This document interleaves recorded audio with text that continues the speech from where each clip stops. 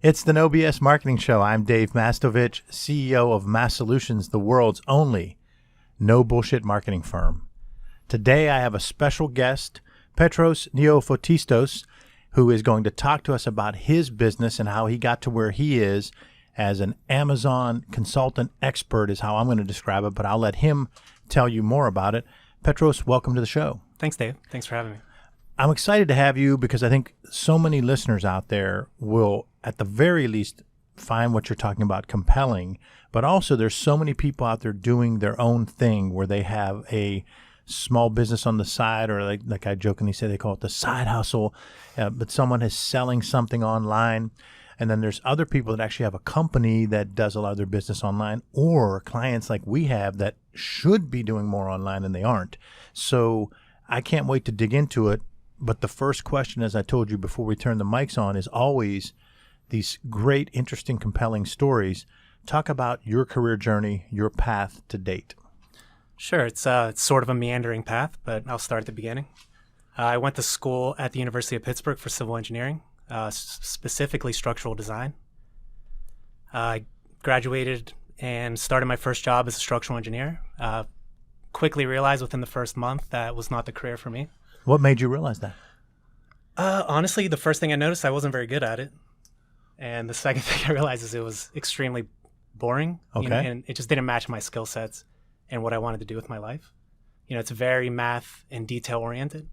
And I find more strategic thinking very much more interesting than really getting buried in those kind of details. No, go back to this because Sure. It's a long time ago for me, but I honestly remember my first job, and there's that, I guess I'll call it the oh God moment where when you're at a new job and you go, whoa, this wasn't what I expected.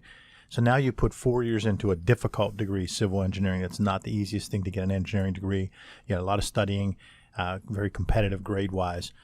Does this happen week 1, week 3, month 6? It happened probably month 1 or 2, but this was right at the time where the economy was falling apart. So I kind of held on for 12 months before, they graciously laid me off. But it was a good experience because I quickly figured out what I wasn't meant to do, and I could move on to really what I was meant to do. Which is? My next job was not necessarily what I was meant to do, but it was kind of a stepping stone to get there. I worked as a consultant for PennDOT projects, so it's a really glorified way of saying that I was watching paving projects and making sure that they weren't cheating the government. Often night shift, not great work, but it was a learning experience. So when you're watching the paving projects, how are you doing this? Are you actually going on site to do analysis? Yeah, so I had to pretty much follow the project and do the calculations to make sure, they were actually putting down the asphalt that they were supposed to put down. They weren't shortchanging the government. Everyone was getting paid on time and, what they were supposed to get paid. Real quick on this. So you're Sure. actually coming to a site where the people that see you coming to the site probably see you as like an auditor at a bank. Exactly. Right? So you're not welcomed with open arms. Well, that's kind of the trick of the job, and most inspectors are pretty good at this. You don't become friends with a contractor, but you become partners. So, an ideal construction project, neither one is trying to cheat the other. You're working together for the same goals. So, a successful project is one that's done on time and, done under budget. Well, how long did you do that job? Well, first of all, how did you get that job? Because it sounds to me like you were already using some entrepreneurial skills because you're now like a 1099 for them, a subcontractor. Was that how it was? No, so the company I worked for was a contractor consultant for PennDOT. The reason they do that is so they don't have to pay them full time all year round. Okay. They only pay the consultants for the hours that they actually work, which, at times is cheaper than having a full-time person on staff. Mm-hmm. So you go and you leave the civil engineering job. You're applying for other jobs. You find a job at a company that does the consulting for PennDOT. Right. So this was actually part of Trumbull Corporation at the time. Okay. So they had a construction management team, which I think they've since spun off into a separate company. I'm not sure. But that's where I worked. So your job was the night shift, though? Yeah. So, when you do highway construction projects, a lot of it depends on diverting traffic. So nighttime is the time that traffic is the lowest. So that's when all the projects would usually go off. So did you like that job better than the first civil engineering Yeah, job? it was a lot better. I really enjoyed the part where I was working with people, and this is kind of what I do now is I listen to people's goals and try to help them get there. And we were in the middle between the owner, which was PennDOT, and the contractor. And it was really my job to make sure that the project continued without any problems. I like to talk a lot on the show about leadership and communication, and I also talk about when BS happens. So talk about that job and give me an example or two of the good communication that made it work, and then give an example of maybe something that was lacking and could have led to some problems. For sure. And I probably could give some better examples with some of my future work. But for that, I was really trying to more learn from the people that were older than me. Mm-hmm. So when I was having success, not older than me, I'm sorry, more experienced than me, a lot of my success came from just listening and learning and keeping my mouth shut, and just trying to soak in information. Where I got in trouble sometimes is when, not every day is exciting. So it's real easy to sort of get bored, especially if it, is a rainy week and there's no work going on. So it's easy to just kind of fall into a rut and, become bored. Now you've taken 2 jobs. The first one was a civil engineering job that right out of Pitt, and that one matched your degree. You quickly knew you weren't the right person, whether it was 3-6 months into it, and then after a year you got laid off. You do a job search, you find the consultant for PennDOT under another company, Trumbull, and you're working nights paving, checking on the paving. You're learning a little bit, you're observing. You said you're listening and learning from people with more experience. How long were you at that position? I was there about 2 years, and then I got an offer from a contractor who had just won a large contract for PennDOT in Philadelphia. They needed someone to be a sort of an engineering manager, manage the paperwork, subcontractor management, scheduling, really anything I was really expanding on my experience from the previous job. So, I was running the meetings with PennDOT, progress meetings, giving them the updates, making sure we got paid on time, change orders, pretty much anything that has to do with that part of it. I wasn't necessarily running the day-to-day work, but I was on site every day. But that does sound like that's an upwardly mobile career track move. It was a huge jump, and I was probably in way over my head when I started. The company I worked for had never had a job this big, as far as I know. So we were all kind of learning, and I ended up having to take a lot more responsibility than I probably should have. But in the end, it turned into a great learning experience and really kind of jump-started my ambition in my career, and put it on the track to where I ended up.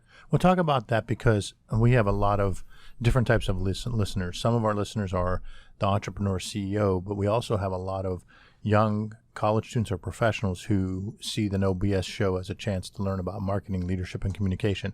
So tell me how you worked through when you realized, wow, this job's bigger than I thought, and I've never kind of done this stuff. What did you do to kind of work through that? Because you said it laid the foundation for you. Well, the one thing that I've always been pretty good at is managing egos, and that becomes really important in these types of projects. Okay. There's a lot of egos in the construction industry, both on the owner side and the contractor side. So where I had success was letting people blow off steam, or not taking credit for an idea, maybe letting someone else take credit for an idea that might have been mine. That's really how I sort of navigated that, especially being so much younger than everybody. I was 25 years old. Everyone else there was 50 plus, been in the industry forever. So they look at me like, I don't know anything. And in a way they were kind of right. But I think I learned pretty quickly how to maneuver and how to succeed. So you come up with an idea and you give it to your boss and they implement it and you just stay quiet? Most of the ego came from outside of our organization. Oh, so okay. I won't name any names, but that the people that we had to please on, kind of on the other side of the fence was more, getting what you want isn't necessarily, you can sort of get what you want better if you don't have to be right, or you don't have to get credit for it. And that's sort of the methodology that I used. Mm-hmm. I was more focused on the results instead of like taking credit and being right. It's an interesting path here because you said that you had to deal with egos and they would let off steam. So I'm assuming you were in a room and people, or maybe on a site, and people were showing their frustrations in a loud manner. Yes, for sure. And that's common. So you had to just kind of ignore some profane outbursts. Yeah, I got a few negative phone calls. I think I got called the company mascot once by someone pretty high up at PennDOT, so that was fun. They called you the company mascot? Yeah, because he was mad because I didn't do exactly what he wanted. So what'd you say back to that? I just said, I'm sorry you feel that way, and hung up. I mean, there's nothing really you can do at that point. Yeah. So then it was a good experience. How long were you with it? Because you were So that project ran about 3 years. Okay. And after that was done, I moved back to the Western PA area. And I worked with that company for a little bit, but we didn't pick up any more projects. So I ended up taking a job back in Pittsburgh as an estimator for a construction company. Okay. And that's what I did for the last 4 years of my engineering career. So I spent about 10 years sort of trying to make it work in engineering. And, finally at the end of that figured out maybe not the right path for me. So, well, that's a long time to do something you didn't think was necessarily going to be yours, but it shows you did get the value of the education because you applied it and you realized that it wasn't what you wanted to do for the rest of your life. So that's still a pretty solid career track to have upwardly progressive positions and to learn so much. So now you're at the contractor back in Pittsburgh and you're with them for 4 years. When did you get the idea to start your side hustle, as they say? So at this time that I moved back to Pittsburgh, I was kind of hitting a personal sort of low in my life, due to some personal factors. And I just, at this time, I had to take a strong look in the mirror and figure out what I was going to do with my life. And, it was really a fork in the road whether I was going to make it or give up, honestly. It was a tough time. So it was about this time where I was like, I need to get on top of things. I had like student debt to pay back. So it was at this time I was starting to think about some side hustles. I did a lot of like random shady jobs on the side. I was a waiter at a country club for a little bit. And that's when I was actually reading a Reddit subreddit about like how to make extra money. And one of the people was talking about this thing called Amazon retail arbitrage, which means going to a retail store or on a website, finding an item on clearance and then selling it on Amazon for a profit at like the regular retail price. And then this just sort of evolved into like a bunch of different side projects. Like I would find products that were discontinued and then sell those. I think I sold about like 500 purple crock pots one year. So it was fun. It was a hustle though. It was a side hustle, like in every definition of it. And it made money though. Yeah. So I used that. I paid back a ton of student debt. Okay. And it put me in a really good financial situation where I could consider quitting my job and taking it on full time. Okay. And doing these things as a side project, I learned the skills that I would need to open up my own business, which I did at the beginning of this year. Well, talk about some of the skills you learned from doing the side projects. Sure. So Amazon Seller Central, which is the platform that I sold most of these products on. I also used eBay a little bit. It's not exactly intuitive to use. So just with practice and repetition, I learned a lot of the skills that you wouldn't learn, say, from like a marketing class or like in college. So it's just like trial and error, figuring out how to solve problems. And that's really kind of what I use to jumpstart and get in the door in a lot of cases with some of my clients, especially the early ones. So I was offering these skills up that I had learned in my free time, at first for free, and then, now charging money. Well, a couple key points that I get asked a lot for advice from people early in their career, and I say what you did, and it's what I did as well, is if there's something you're passionate about or that you enjoy that you can do reasonably well, you need to try to do that on your own, on the side, investing your hours for free to learn it till you're good enough to do it for free for someone that you think could bring you benefit. So you don't just do it for free for someone you didn't meet. You do it for free from someone that can get you leads. Then you get your first project and you price it way too low and don't realize that until after you get in. And then you do your second project and you thought you priced it so much more and you realize that's still not enough. So you go through that. So you've kind of gone through the pattern that I talk a lot about on the No BS Marketing Show. Tell the listener what that does and how you had to fight off the mental aspect when you're putting time and time again trying to learn this thing while you still weren't getting a lot of benefit from it. Because I think that's a lot of the stumbling block. There's the fear of first jumping in. Then there's the fear of I'm just losing my time. Talk about it. Yeah, I mean, the mental side of it, I tell people is like 80% of the game. Fear is a huge part, even still to this day. At the time, I just think I was so desperate to get out of engineering that it didn't bother me. So I had seen some people that I follow online who, were kind of explaining the strategy of like, do some work for free, do your best work at first just to get in the door for free, give it to people, and those people will give you opportunities. And that's exactly how it worked out for me. So now you get into, the Amazon retail arbitrage, the Amazon seller central. So this is your chance to give me the 30-second to 1-minute spiel that a listener who maybe is thinking of selling something or already selling something, why does what you do matter to them? Right. So the reason that it matters is because there's a sort of a shifting landscape right now with retail, and it's shifting towards a direct-to-consumer model. So even companies that have been traditionally using their distributors are now looking to launch retail products direct-to-consumer. Tell me about another type of customer that maybe that second or third customer that you got. What did you do and how could that apply to, let's take two markets of listeners. One listener, the person that is doing their own little thing that they're right now selling it, and they just get so excited that they're selling it and they're losing all kinds of money because Amazon's taking money. When I first put my book online, I'm realizing, wait a minute, my book's priced at $27 and Amazon's getting like almost all that. So that's one target market. Then the other target market is that company, but not as progressive and not doing it yet and probably still needs to. So let's take the first one. Yeah. So the big problem with Amazon, with companies that have existing products, is how their brand is portrayed on Amazon. So even if they're not selling on Amazon, somebody is selling their products, most likely. And they're probably not taking care of the brand in the way that they should be. Okay, walk through that again. Sure. So even if my company, not Massolutions, but a company that makes widgets, even if they're not selling on Amazon, you're saying someone's selling. Someone like when I was selling, like reselling stuff I was finding in stores, people are still doing that to this day. Okay. It's not as common as it was because it's not as simple. And there's nothing legally anybody can do about that.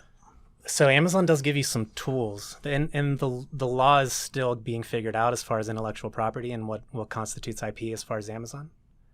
But no, the tools are out there now that you can take control of your brand, that in a way that it wasn't maybe 3 years ago, 4 years. So now, what should they do now that they realize this and they say, "Oh, heck, this is being sold. I just Googled my own company's product and it's being sold online. What do I do?" So it depends what your goals are. So if your goal is to be a direct-to-consumer seller on Amazon, then you should contact the distributor, tell them to stop selling it, and sell it yourself. If you would rather, and I have clients that would rather have their distributor sell on Amazon, at that point, you want to put together a reseller agreement, a MAP policy, and you want to take over. You can still take over control of your brand, even if you're not the one selling the product. So what you want to do is you want every listing on your brand to have a consistent brand image. You want the pricing to be consistent. So you don't want the customer to come there one day and it's $30, the next day it's 40, the next day it's 50, unless that's part of your strategy, which it could be. But you don't want your distributors to control that strategy. The other problem with Amazon is channel conflict. So if you sell your products at retail, let's say at Walmart, and someone is selling it cheaper on Amazon, no one's going to drive to Walmart when they can just have it delivered to their house on Amazon. So if you have distributors, especially like mid-sized small distributors or stores like mom and pop stores, you can put your own customers out of business because someone else found your product and put it on Amazon for cheaper.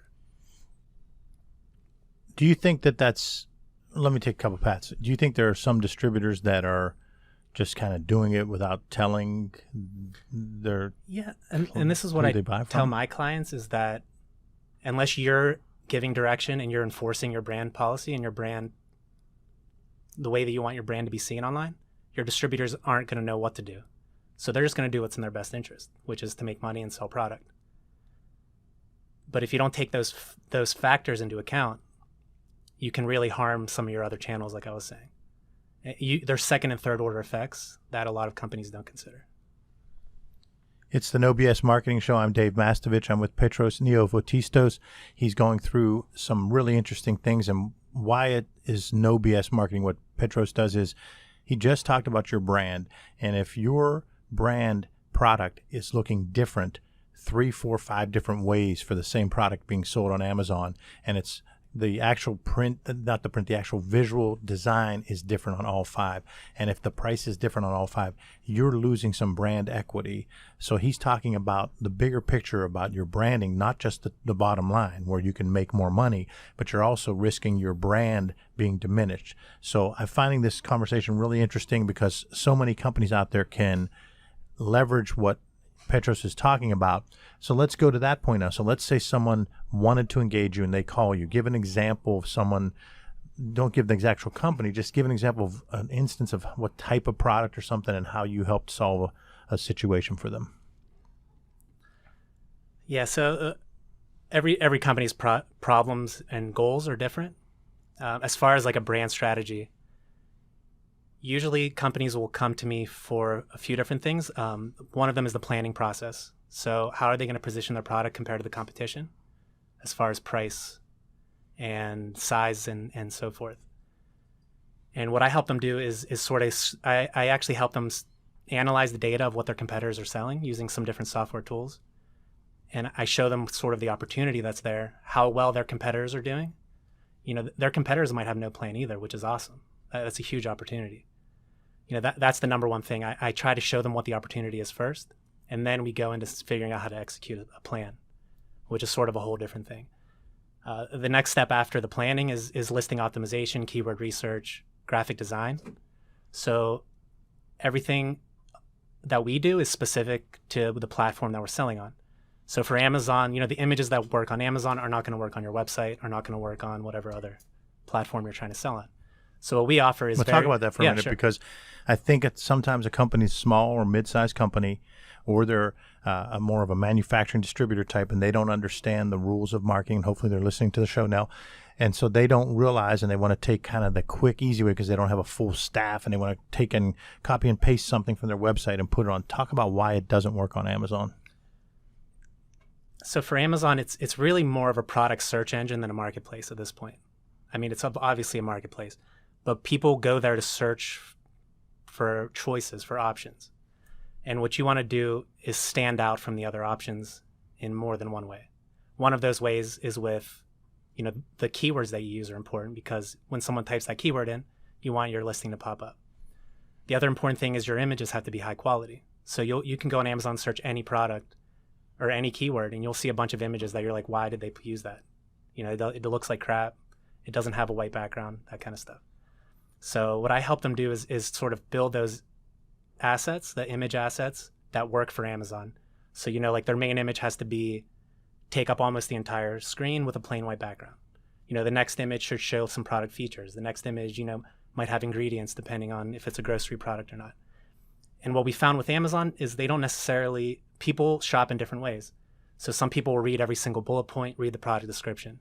Other people won't read any text and they'll just look at the images. So we'll put all the product features in the images as well. We'll make sure that the customer gets the information one way or another. The other important thing is just to look like a professional brand. A mistake I see people making is they do what a lot of, you know, foreign companies like knocking off products will do, which is type out huge long titles with crazy amount of keywords and it just like, it has the feeling of being a knockoff product. And you really have to match that up with what product you're selling. If you're selling a premium product, you want it to look like a premium product on Amazon too. Talk about how you got to this point, because it sounds like a wealth of knowledge. And I know a lot of it's through trial and error, but I also know from talking to you that a lot of it's from your own research, where you kind of got an MBA in Amazon, if you will, because you probably spent hundreds of hours of reading and testing, and another 100 hours observing what works. Talk about the expertise and the science behind this, so that someone listening doesn't go, yeah, that makes sense, but... I like that you put it that way, because I actually have a real MBA from a college, but I learned way more from doing this than I ever learned in school. But yeah, so really a lot of it is trial and error. Like I've had some failed projects for sure, and you know, it hurts when that happens, but that's really where I've been able to make the leap. I've seen something that failed, and I know that's a question I have to ask the next client and something I have to work a solution for. So the next time a client has that problem, I have a solution for them. And this is a process of really just gaining skills. And one of the ways I do that is trading skills with people. So this is a cool thing with the internet now that didn't exist before, where you can get really good at one thing, and you know, another Amazon agency will hire you to do that for them, and then they'll trade their knowledge to you. And I ask questions.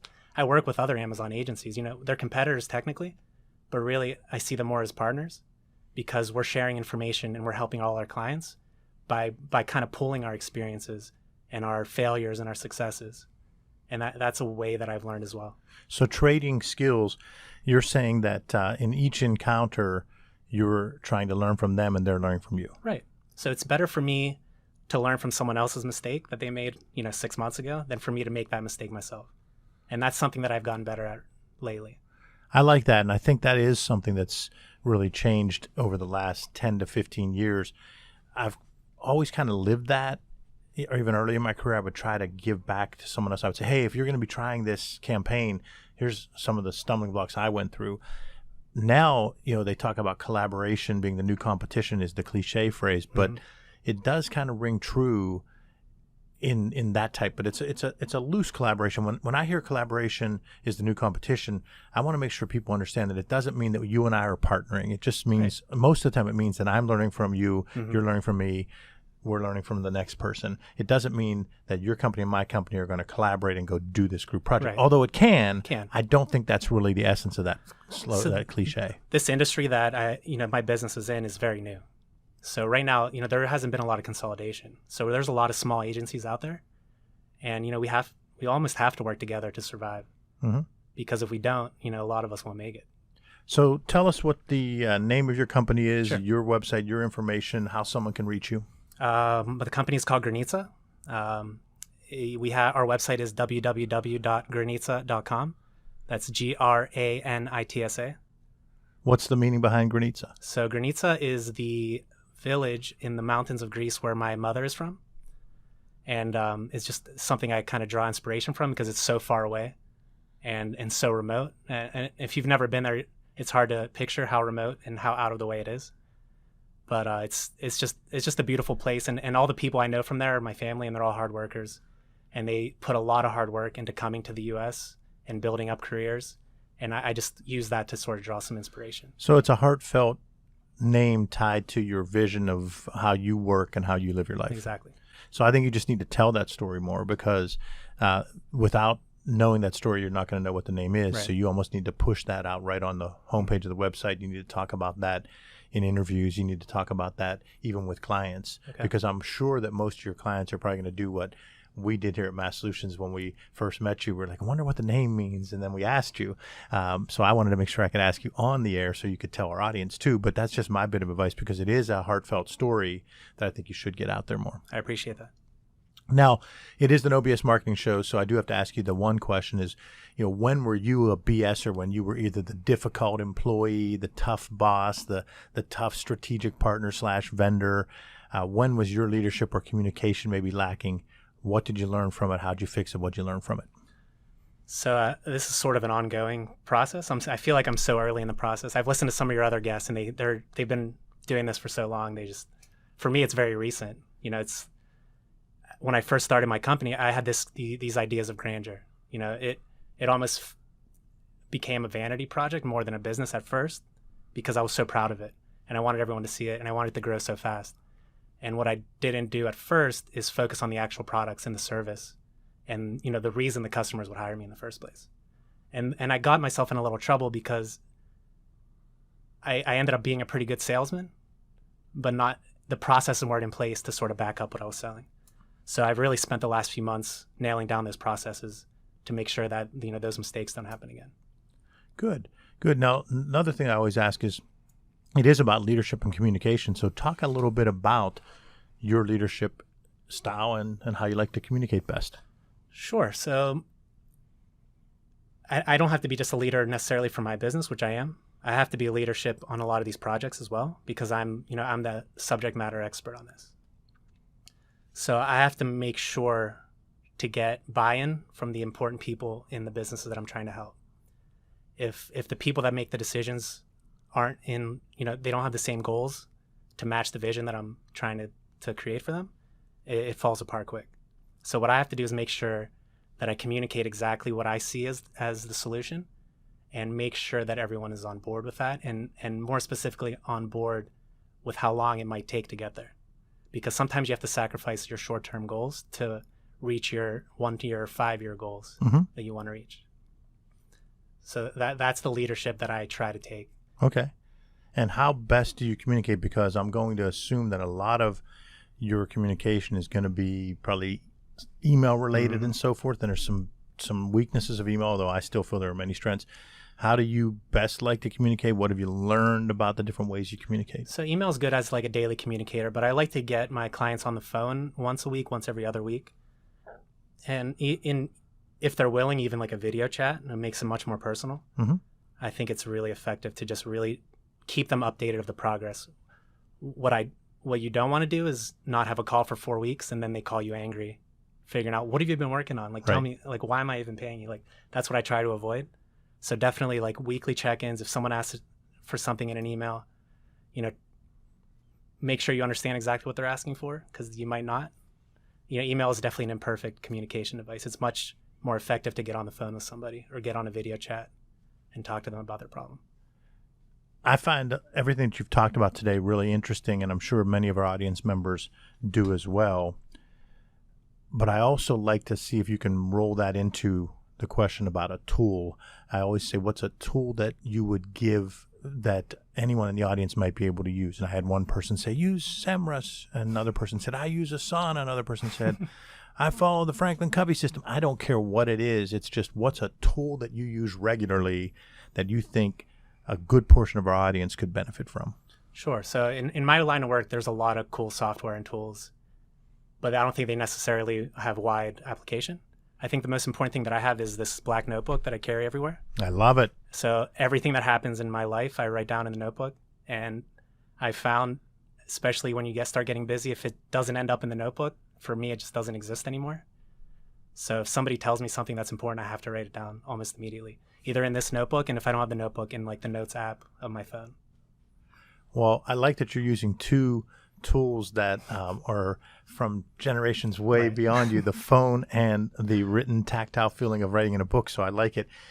Petros, was there anything you thought I'd ask you that I didn't, because I'm certainly fallible and sometimes forget to ask things I said I might ask or anything like that? Or was there anything else you wanted to tell our audience that how you might be able to help them?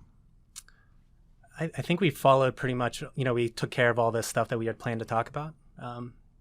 I definitely recommend to those people in like the product development and retail industries, Amazon can sometimes be a scary thing to tackle if you don't know how it works. For as progressive as they are in some respects, they're very customer focused.